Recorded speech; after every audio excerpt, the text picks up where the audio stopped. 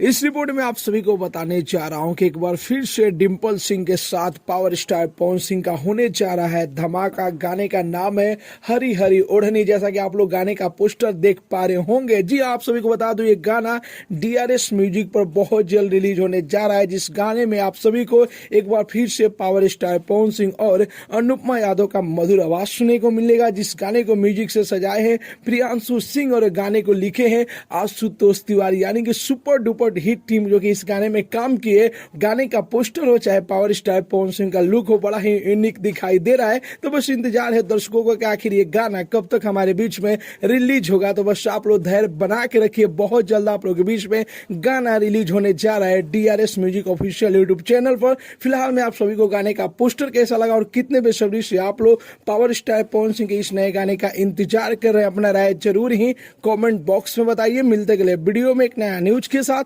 तब तक के लिए बाय बाय, टेक केयर, जय हिंद।